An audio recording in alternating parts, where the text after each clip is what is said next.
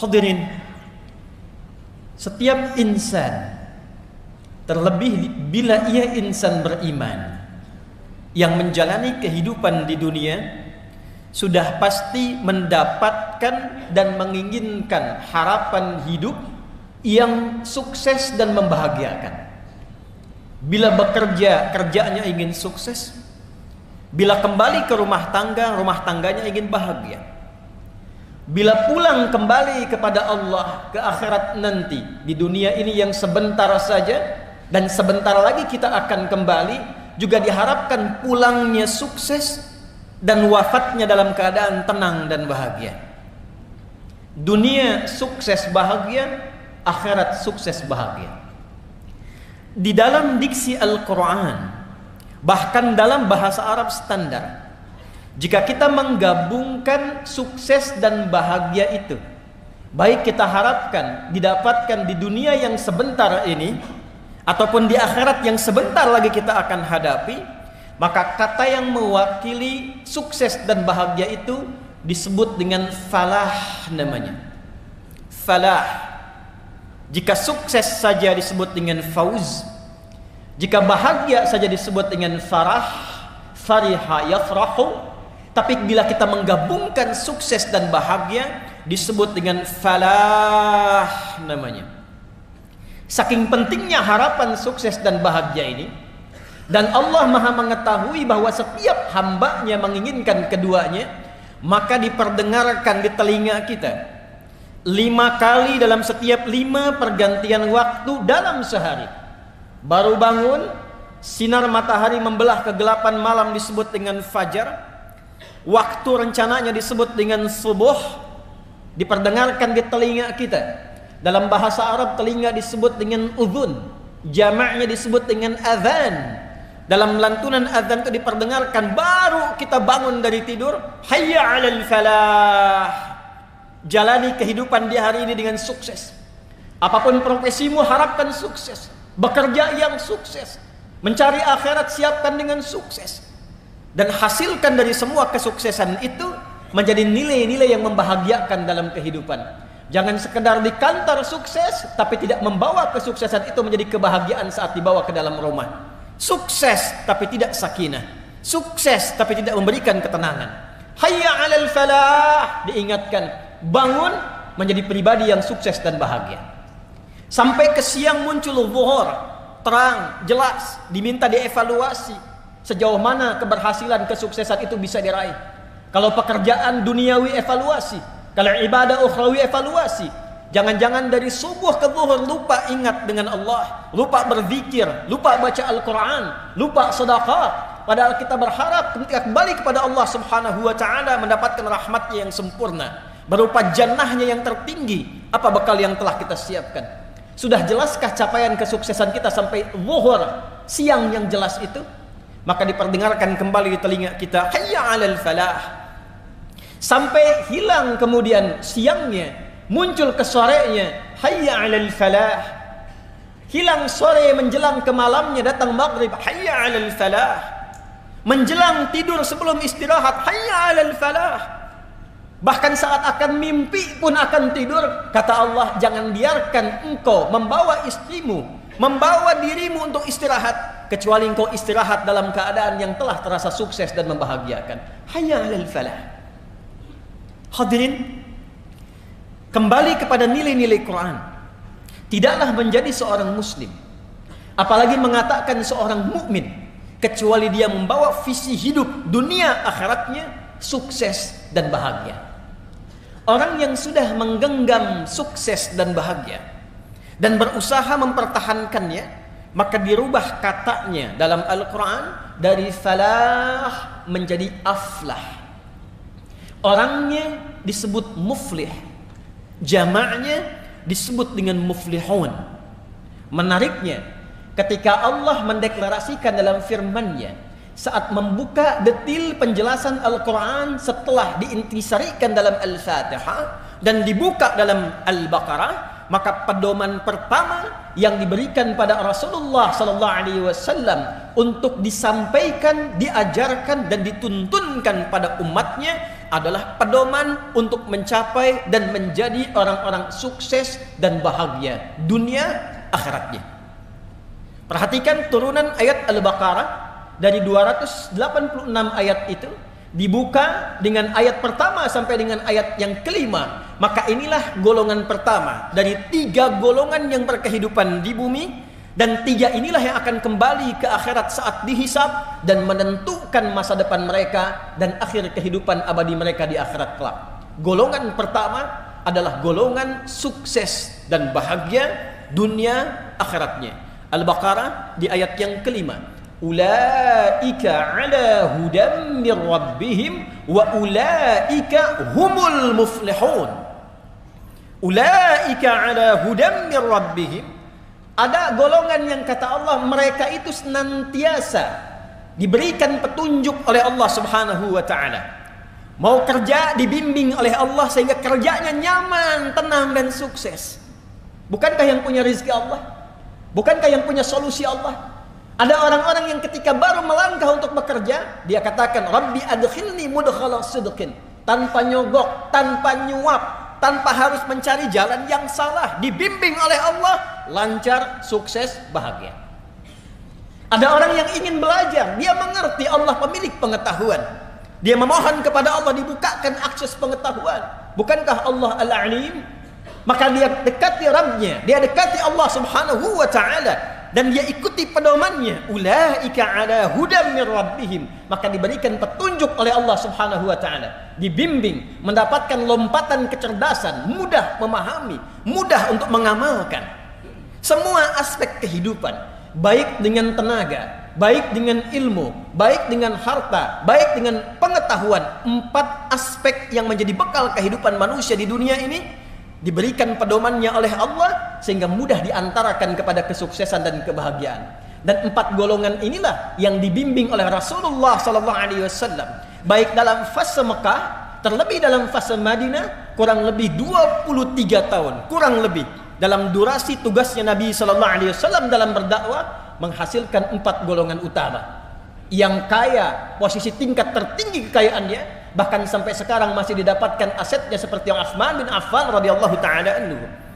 Bagaimana transformasi kekayaan Abdurrahman bin Auf radhiyallahu taala anhu yang sampai sekarang belum mampu disaingi oleh orang terkaya di muka bumi dengan aset yang kalau dikonversi sampai saat ini berjumlah 72.000 triliun. Siapa yang tidak kenal dengan Abu Bakar As-Siddiq? Siapa yang tidak kenal dengan Umar bin Khattab? Di aspek pengetahuan ada Ali bin Abi Thalib, ada Abu Hurairah radhiyallahu taala anhu, ada Salman Al-Farisi radhiyallahu taala anhu, dan semuanya sukses melintasi zamannya, berbahagia, diingat, dikenang oleh setiap zaman dan masa yang telah bahkan dilaluinya. Hadirin, ulaika ala hudam mir rabbihim wa ulaika humul muflihun. Dan sebelum kata muflihun, Allah tegaskan dengan menggunakan dhamir, kata ganti munfasil yang berfungsi dalam ilmu balaghah sebagai ta'kid, penguat pada informasi yang disampaikan. Rumus tafsir mengatakan, jika tidak dirinci siapa yang dimaksud orangnya, tidak disebutkan namanya, maka pedoman itu berlaku bagi setiap orang, setiap zaman, setiap masa yang menginginkan capaian yang sama, ingin sukses, ingin bahagia, ingin dikenang di setiap masa sampai ke akhirat mendapatkan kesuksesan dan kebahagiaan itu. Dan saking pentingnya ini, Allah menegaskan dengan taukid, wa ulaika humul muflihun. Di luar Al-Quran bisa kita katakan wa ulaikal muflihun, tapi Allah tegaskan lagi dengan kata hum untuk memberikan kesan. Apakah Anda generasi sekarang menginginkan sukses dan bahagia seperti yang telah mereka raih? Apakah Anda menginginkan kehebatan yang dikenang seperti yang telah mereka raih? Jika Anda menginginkannya, masuklah pada golongan muflihun di ayat ini dan ikuti setiap tahapan-tahapan yang telah diterangkan dan dipedomani dalam Al-Quran pada ayat-ayat sebelumnya. Hadirin, siapakah al-muflihun yang dimaksudkan dalam pembuka Al-Quran di surah Al-Baqarah ini? Ketika Allah mengatakan ulaika dengan menggunakan isim isyarah, maka berlaku rumus tafsir. Tidak diterangkan ayat dalam Al-Quran siap kecuali harus merujuk kepada ayat-ayat sebelumnya, sibak. dan kaitan dengan ayat setelahnya lihaq, maka dikenal dengan rumus 2S 1L, siyaq, sibaq, dan lihaq. Siapa mereka orang-orang yang dimaksud di ayat kelima ini sebagai al-muflihun, yang sukses dan bahagia? Maka lihat ayat-ayat sebelumnya. Maka diterangkanlah oleh Allah Subhanahu wa taala, alif lam mim. Hei semua manusia, dengar akan firman yang akan aku sampaikan ini. Yang pasti engkau bisa dengar, para pemilik suara yang keluar bahkan bisa disuarakan dari semua pusat suaramu. Dari 29 tempat itu bisa engkau dapatkan, dirumuskan dari 13, dari mulai yang paling bawahmu alif sampai ke lisanmu lam, sampai ke bibirmu mim. Dengar pesan yang akan aku sampaikan ini.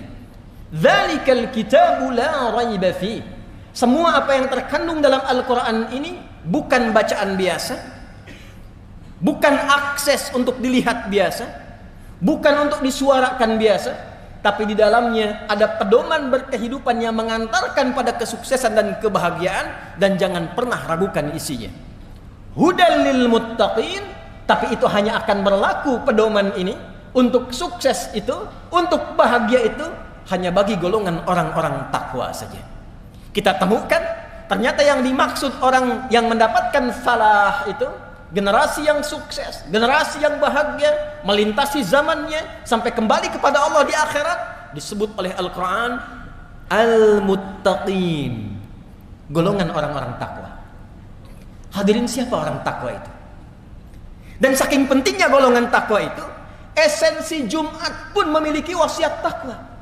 Tidak sah Jumat kecuali dengan 5 rukun: hamdalah, salawat, tausiyah. Tausiah, yang ketiganya tausiah wasiat, dan wasiatnya pun dicontohkan Nabi dengan wasiat takwa. Saking pentingnya kesuksesan, saking pentingnya kebahagiaan, dia masuk dalam satu di antara rukun Jumat yang 5, rukun khutbah yang 5. Tidak sah Jumat dilantunkan, disampaikan sehebat apapun materinya, sedalam apapun materinya, jika tidak mengandung wasiat takwa. Dan apa esensi wasiat takwa itu? Sampai setiap pekan Nabi mengingatkan umatnya, dikumpulkan di satu tempat yang sangat luas, menggabungkan semua aspek yang datang, tidak hanya dari satu tempat, hanya untuk mengingatkan, ingat takwa ya, ingat takwa ya, takwa yang serius ya, jaga sampai wafat ya. Ya ayyuhalladzina amanu taqullaha haqqa tuqatih wa la tamutunna illa wa antum muslimun. Ali Imran yang ayat 102 itu. Kenapa takwa menjadi penting? Karena hanya orang takwa yang bisa sukses, orang takwa yang bisa bahagia. 240 kali kata takwa dan derivasinya disebutkan dalam Al-Quran, dan tidak pernah disebutkan kecuali bersanding dengan jaminan kebahagiaan dan kesuksesan. Anda punya masalah, bahkan datang ke Jumat ini pun masalahnya belum tuntas, maka turun Quran surah ke-65 di akhir ayat kedua, di awal ayat ketiga. Wa may yattaqillaha yaj'al lahu makhraja wa yarzuqhu min haitsu la yahtasib. Dan siapapun yang mampu meningkatkan takwanya kepada Allah, bukan hartanya, bukan jabatannya, bukan ilmunya. Jadi kalau Anda datang ke Jumat ini dengan harta yang sudah berlimpah, kedudukan yang tinggi, tapi masalah tak pernah selesai, tak pernah tuntas, coba renungkan. Mungkin masalahnya bukan karena harta, bukan karena status, bukan karena ilmu. Barangkali pendekatan kepada Allahnya, takwanya yang belum meningkat. Di pekerjaan champion, perusahaan banyak, tapi di rumah nggak pernah bahagia. Mungkin bukan harta soalnya. Soalnya adalah takwa yang sejati dan sesungguhnya.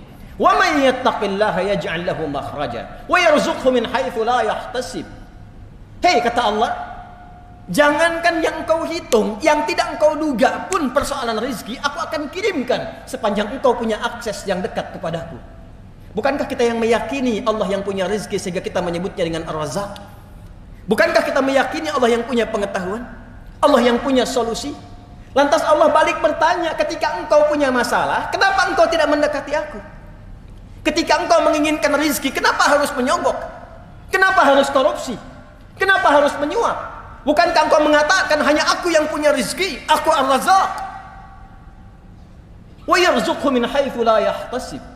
Anda yang belajar, di kampus, di sekolah, SMP, SMA, dan seterusnya. Anda menginginkan lompatan pengetahuan, rumus pertamanya dekati yang punya pengetahuan. Turun Quran surah kedua Al-Baqarah di akhir ayat 282. Wattaqullah wa yu'allimukumullah. Tingkatkan takwamu kepada Allah, maka aku buka akses pengajaran untuk meluaskan cawan pengetahuanmu, kata Allah. Perhatikan orang-orang terdahulu yang diajari oleh Nabi sallallahu alaihi wasallam. Bagaimana Abdullah bin Mas'ud, Ibnu Abbas radhiyallahu taala anhuma, dan sahabat-sahabat hanya menguasai bahasa asing dalam 3 hari saja. Bagaimana lompatan pengetahuan terjadi kepada mereka ketika mereka mendekati Allah Subhanahu wa taala. Anda ingin bahagia? Al-Baqarah di akhir ayat 189. Wattaqullaha la'allakum tuflihun. Tingkatkan takwamu kepada Allah, aku dekatkan engkau pada kebahagiaan yang sejati, dunia, akhirat. Dalam konteks akhirat, Anda menginginkan surga?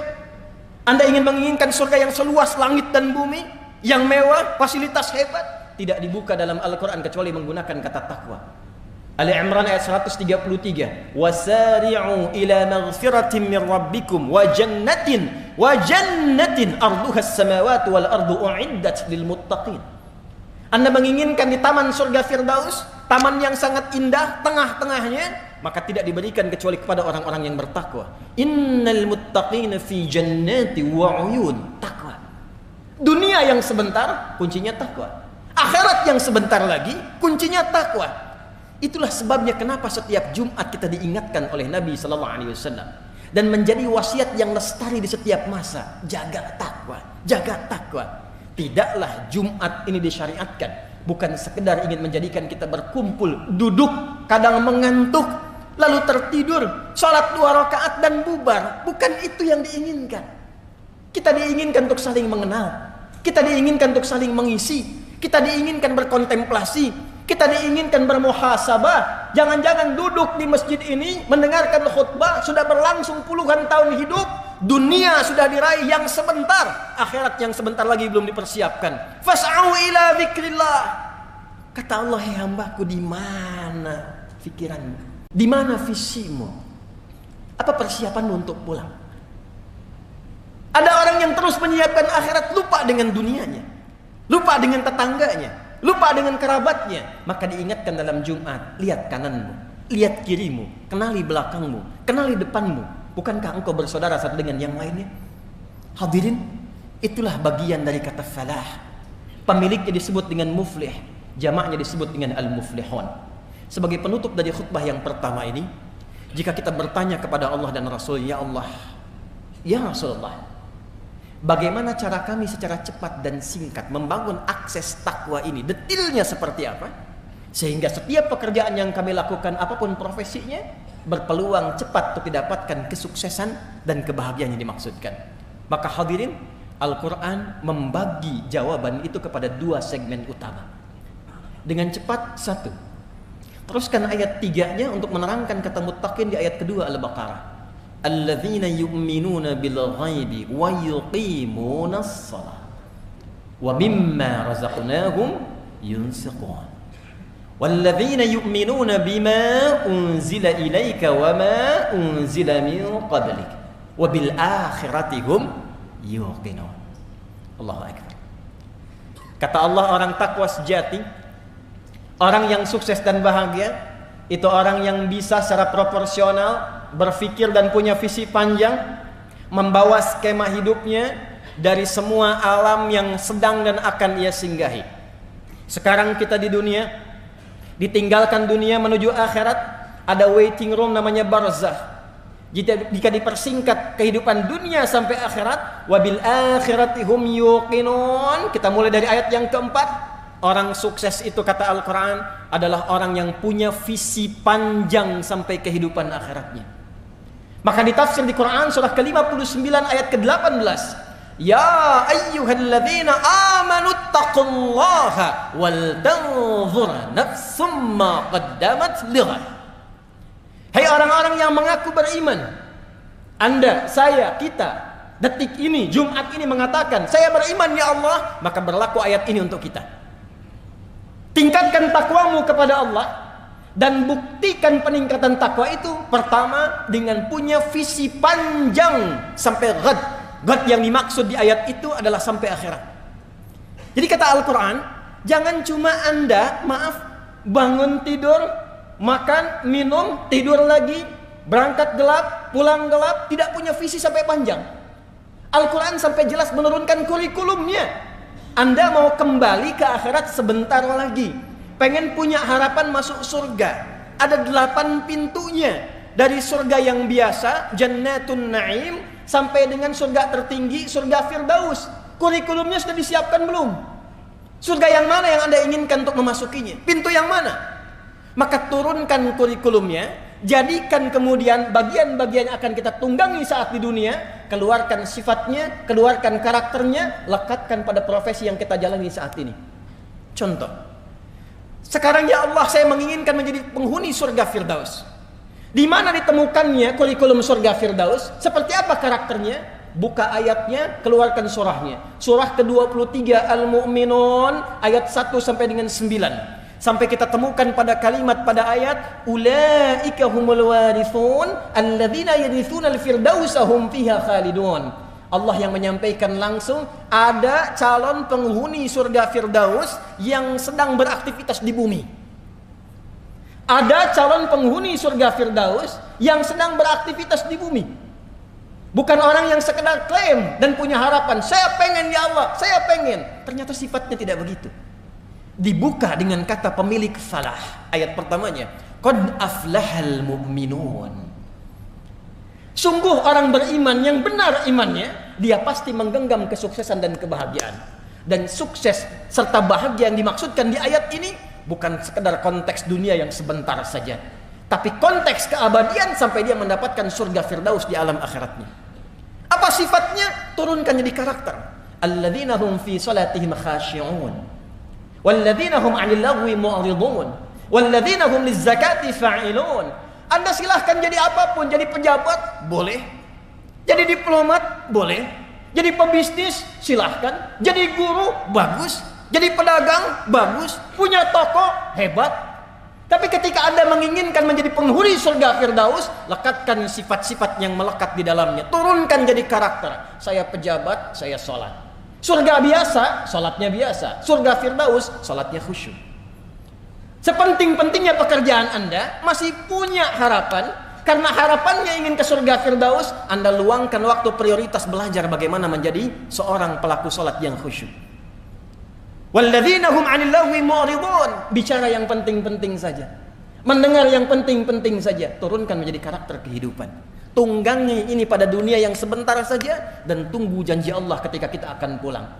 Anda usahakan dengan karakter itu, hadirin, yang paling menarik, bahkan saat akan wafat, dalam sakaratul maut, ditampakkanlah semua hasil perjuangan kita itu berupa surga yang kita harapkan, sehingga tenang kita melihat itu, dan dalam tenang itulah dicabut nyawanya dalam keadaan yang sangat lapang. Quran surah ke-89 ayat 27 sampai dengan ayat 30. Ya ayyatuhan nafsul mutmainnah, hei jiwa-jiwa yang tengah tenang menghadapi kematian, irji'i ila rabbiki radiyatan mardiyah, cepat pulang, karena aku telah ridha dengan amal persiapanmu, dan engkau pun akan ridha dengan pemberian yang aku tampakkan saat ini kepadamu. Apa yang ditampakkan? Fadkhuli fi ibadi, masuk dalam golongan hambaku yang saleh. Wadkhuli jannati, pada kalimat wadkhuli jannati ditampakkanlah surganya, tempat berpulang. Seperti Sayyidah Asiyah ditampakkan istana surganya ketika dia bermohon, Rabbi bnili baitan indaka fil jannah. Ya Allah, bangunkan aku istana ya Allah di dalam surgamu, seperti yang kau janjikan kepadaku. Dia diikat di tiang oleh suaminya Fir'aun laknatullahi alaihi, diancam dengan hukuman eksekusi kematian, tapi dia wafat dalam keadaan tersenyum karena ditampakkan surganya. Kita di mana sampai Jumat ini? Kita di mana? Bagaimana menjadi golongan yang beriman itu? Golongan ahli akhirat itu? Maka tidak ada bekal untuk pulang kecuali sifat-sifat ibadah ritual kita. Maka golongan takwa yang pertama, jika ingin sukses, ingin bahagia, sampai dibawa pulang ke akhirat, itulah yang dimaksud dengan ibadah dalam bentuk ritual. Sehingga orang-orang takwa, orang-orang muflihun, dibuka amalannya oleh Al-Quran dengan kata iman, dilanjutkan kemudian dengan kata salat sebagai bagian awal ibadah pertama yang membangun kedekatan dia dengan Allah Subhanahu wa taala. Alladzina yu'minuna bil ghaibi wa yuqimunas. Duhai Anda yang menginginkan masuk surga. Duhai Anda yang ingin ke surga Firdaus. Anda yang ingin ke surga Al-Adan. Ditanya oleh Allah sampai dengan Jumat ini, ketika kalimat khatib ittaqullah ditanya balik oleh Allah. Hei yang sudah punya toko banyak nih. Hei yang kadang-kadang Jumatan pun menunggu Anda nutup toko dulu. Hei yang kadang-kadang Jumat pun menunggu Anda selesai pekerjaan dulu. Hei yang saking sibuknya dengan urusan dunia. Hei yang saking padatnya jadwal urusan dunianya, tapi berharap surga Firdaus, ditanya balik oleh Allah Subhanahu wa taala. Apa bekal persiapanmu ketika engkau akan bawa pulang menghadap Allah di akhirat nanti? Mana amalan ritualmu? Yang ditanya bukan berapa besar dan tinggi pangkat Anda, berapa banyak harta Anda, berapa luas ilmu Anda. Yang akan ditanya oleh Allah, berapa banyak amal soleh dan bekal-bekal ibadah ritual yang dihasilkan dari titipan-titipan dunia ini. Hadirin, sekarang kita dipersaksikan dengan suasana di Palestina.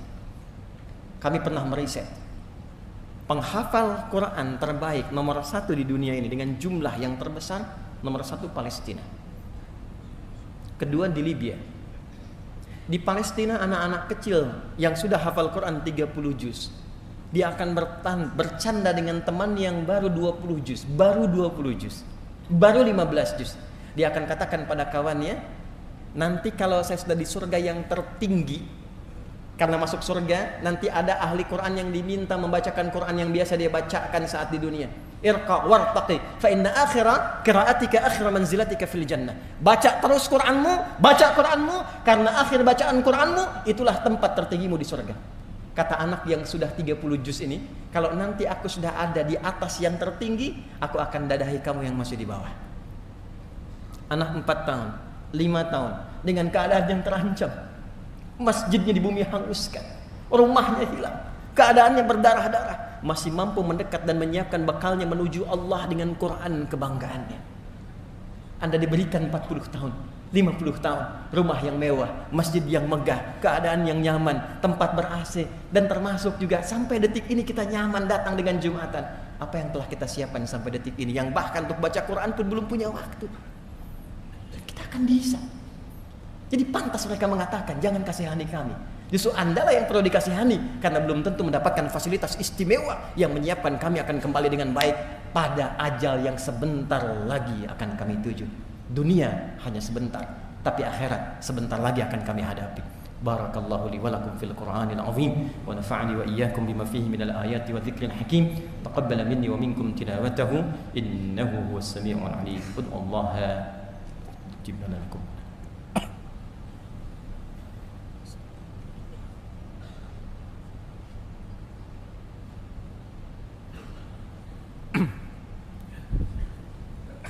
Alhamdulillah, wassalatu wassalamu ala rasulillah wa ala alihi wa sahbihi wa man walah wa ba'd. Fa ya ibadallah, usi nafsi wa iyyakum bitaqwallahi faqad fazal muttaqun fala tamutunna illa wa antum muslimun. Wa qala ta'ala ya ayyuhalladzina amanu taqullaha haqqa tuqatih wa la tamutunna illa wa antum muslimun. Hadirin jamaah Jumat rahimani wa rahimakumullah. Sebelum kita berdoa memohon kebaikan pada Allah Subhanahu wa taala, pada khutbah yang singkat ini izinkan khatib menyingkat dengan cepat pada esensi yang ingin khatib sampaikan. Hadirin, setiap kita menginginkan kebahagiaan dan kesuksesan di dunia dan akhirat ini, maka rumusnya kata Allah, pemilik kesuksesan itu disebut dengan muflih. Jamaknya al-muflihun, sifat sukses dan bahagia yang disebut dengan falah. Itu hanya bisa ditempuh dengan 2 cara. 2 ini mengerucut pada satu amalan disebut dengan takwa. Maka cara takwa yang pertama adalah tingkatkan kedekatan kita kepada Allah Subhanahu wa taala. Jangan sampai aktivitas dunia kita yang padat melupakan kita untuk mencari bekal akhirat untuk pulang. Ingat salat kita, ingat Quran kita, ingat doa kita, ingat zikir kita. Semua jenis amal soleh yang kita kerjakan dalam bentuk ibadah itu di Al-Quran disebut dengan zikir namanya. Salat disebut zikir. Quran surah ke-20 ayat ke-14, wa aqimis salata lidzikri. Quran disebut dengan zikir. Quran surah ke-15 ayat ke-9. Inna nahnu nazzalna dzikra wa inna lahu lahafizun. Doa disebut zikir. Quran surah ke-7 ayat ke-205. Wadhkur rabbaka fi nafsika tadarruan wa khifatan wa dunal jahri minal qaul.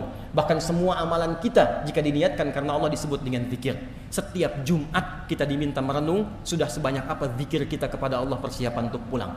Ya ayyuhalladzina amanu idza nudiya lis-salati min yaumil jumu'ati fas'au ila dzikrillah. Ingat akhirat, ingat akhirat, ingat akhirat.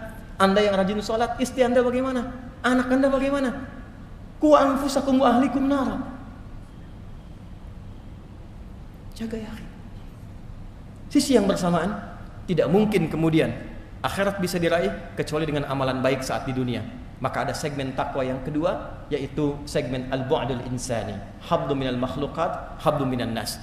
Jangan sampai saat datang Jumat ini sholatnya bagus, puasanya rajin, baca Qurannya bagus, tapi dengan orang tua hubungan tidak baik, dengan tetangga tidak baik, masih ada celaan, masih suka merendahkan orang, masih merasa yang paling hebat. Maka takwa pada segmen yang kedua ini bahkan diperjelas oleh Nabi sallallahu alaihi wasallam, dirangkum oleh hadis Muslim dari Abu Hurairah radhiyallahu taala anhu. Nabi menyampaikan, "Ya'ti yaumal qiyamati, akan datang satu umatku di hari kiamat, mengaku umatku bisalatin, rajin salat, wa qiyamin, rajin tahajud, wa siyamin, rajin puasa, wa zakatin, rajin zakat, wa ya'ti qad syatama hadza, tapi juga senang mencela orang lain. Wa qadhafa hadza, merendahkan, menuduh orang lain. Wa daraba hadza, senang berselisih. Wa safaka dama hadza, bahkan ada yang menumpahkan darah dan masih bangga mengaku sebagai muslim. Tu'khadhu hadza min hasanatihi wa hadza min hasanatihi. Kalau ada orang salat tapi menyakiti orang lain, menyakiti suaminya, menyakiti istrinya, menyakiti ibunya, menyakiti ayahnya, menyakiti anaknya, menyakiti tetangganya, diambil pahala salatnya, diberikan pada yang disakiti itu. Ada orang puasa memfitnah orang lain, diambil pahala puasanya, ditimpakan, diberikan pada yang difitnah itu. Fa in faniyat hasanatuhu, kalau hilang semua bekal kebaikannya, tertinggal keburukannya satu, maka diambil keburukan orang yang dizalimi itu, ditimpakan kepadanya, faturiha finnar, maka dimasukkanlah ia, dicuci dulu di neraka, baru kemudian diangkat dan dimasukkan ke dalam surga. Kita menginginkan keseimbangan. Semua keseimbangan ini kalau dikerjakan, maka punya nilai kebaikan. Kebaikan yang dikerjakan karena ibadah, maka sifatnya disebut dengan hasanah. Itulah yang sering kita mintakan. Karena salat pun disebut dengan hasanah. Quran surah 11 ayat 114. Aqimis salata tarafain nahar wa zulafan minal lail innal hasanati yudhibnas sayyi'at. Kita salat dapat hasanah, kita baca Quran dapat hasanah, kita sedekah dapat hasanah, berbuat baik pada orang tua dapat hasanah. Dan inti dari semua itu kita mengatakan dunia sebentar saja, akhirat sebentar lagi, kita memohonkan keduanya mendapatkan hasanah. Wa minhum may yaqulu rabbana atina fid dunya hasanah wa fil akhirati hasanah wa qina adzabannar. Maka sebelum berdoa, ulang dari masjid ini, kenalilah semua saudara-saudari kita, tingkatkan takwa kita kepada Allah, ingat-ingat ibadah ritual kita, perbaiki hubungan kita dengan sesama, dan semoga kita digolongkan pada golongan al-muflihun sebagaimana masjid ini diberi nama dengan Masjid Al-Falah. Allahumma taqabbal minna innaka antas sami'ul alim wa tub 'alaina innaka antat tawwabur rahim. Nahmaduka hamdan kama 'allamtana an nahmadak wa nashkuruka shukran kama 'allamtana an nashkurak. Antal muqaddim wa antal muakhir biyadikal khair innaka 'ala kulli syai'in qadir. Allahumma rabbana la tada' lana fi maqamina hadha wa fi kulli maqamin dhanban illa ghafartah. Ya Allah, bila ada pendosa menghadiri Jumat ini, baik di dalam masjid, sekitaran masjid, maka mohon ya Allah, jangan biarkan ia meninggalkan masjid ini kecuali Engkau telah gugurkan seluruh dosa-dosanya. Wala hamman illa farajtah, bila ada yang datang ke Jumat ini membawa kegelisahan, jangan biarkan ia meninggalkan Jumat ini kecuali Engkau telah tenangkan keadaan hatinya. Wala maridan illa syafaitah, jika ada di antara kami yang sakit mohon sembuhkan ya Allah. Wala asiran illa yassartah, jika ada di antara kami yang datang ke Jumat membawa kesulitan di pekerjaannya, kehidupan rumah tangganya, atau kehidupan sosialnya, maka dengan keikhlasannya menunaikan Jumat, hilangkan seluruh kesulitannya ya Arhamar Rahimin. Allahumma tubna ilaika taubatan nasuha. Ya Allah, kami di Jumat ini bertobat kepadamu dengan taubat nasuha. Kami bertobat kepadamu ya Arhamar Rahimin. Ighfir lana dhunubana wa kaffir 'anna sayyi'atina wa tawaffana ma'al abrar. Idza kana hadhihi al-jum'ah ya Allah min jami' hayatina munbasitatan ya Allah, faj'al baqiyata hayatina hayatan thayyibah. Ya Allah, jika dengan taubat kami masih terbentang di ajal kami lembaran kesempatan untuk hidup, maka jadikan sisa hidup kami setelah Jumat ini lebih baik dibandingkan hari sebelumnya. Wa idza kana hadhil jum'ah min akhir ya Allah ayyamina, faj'al akhir wafatina husnal khatimah. Dan bila Jumat ini Jumat terakhir ya Allah yang kami kerjakan dalam hidup kami, maka mohon ya Allah jadikan Jumat ini bagi kami sebagai Jumat husnul khatimah. Husnul khatimah. Allahumma ansur ikhwatana fi Palestin. Allahumma ansur ikhwatana fi Gaza. Zid quwwatal mujahidin fi sabilika fi Gaza ya arhamar rahimin. Allahumma asbir ahalihim waj'al mautahum syuhada. Waj'al mautahum syuhada wa ahyahum mujahidin fi sabilika ya arhamar rahimin. Ya Allah, kami mohon anugerahkan pertolongan yang sempurna pada saudara-saudari kami para pejuang di Palestina. Berikan dan tambahkan kekuatan pada mereka dalam berjuang ya arhamar rahimin. Sabarkan keluarga mereka ya Allah. Jadikan di antara yang wafat seluruhnya syuhada dan yang hidup sebagai mujahid di jalan-Mu ya rabbal alamin.